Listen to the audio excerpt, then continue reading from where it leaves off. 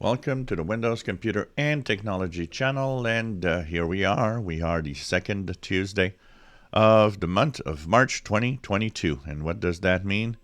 Well, that means security updates. Yes, indeed. So these are mandatory updates, and they are available for Windows 8.1, Windows 10, and Windows 11.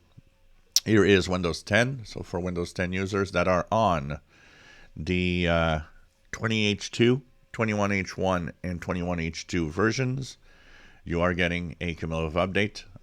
So here on my version 21H2, KB5011487. And this is, of course, a number of security fixes. It's important to apply them since they are updating the system. We'll be looking a little later on what was in there, actually. We'd always take a look at how many updates. Is it a big month this month? Is it smaller than usual? That's what we're going to see a little later when I see all the blog posts of the different updates available. Are there any 0 days or any security flaws already exploited by hackers?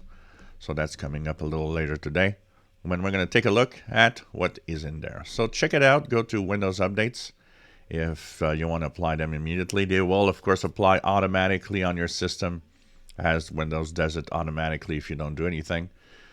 They are mandatory, so you have to install them, and it is important to install security updates. So cumulative update for Windows 10, 20H2, 21H1, and 21H2, now available today, March 8th, 2022, and it fixes security. It is, of course, Patch Tuesday, or what Microsoft likes to call Security Update Tuesday.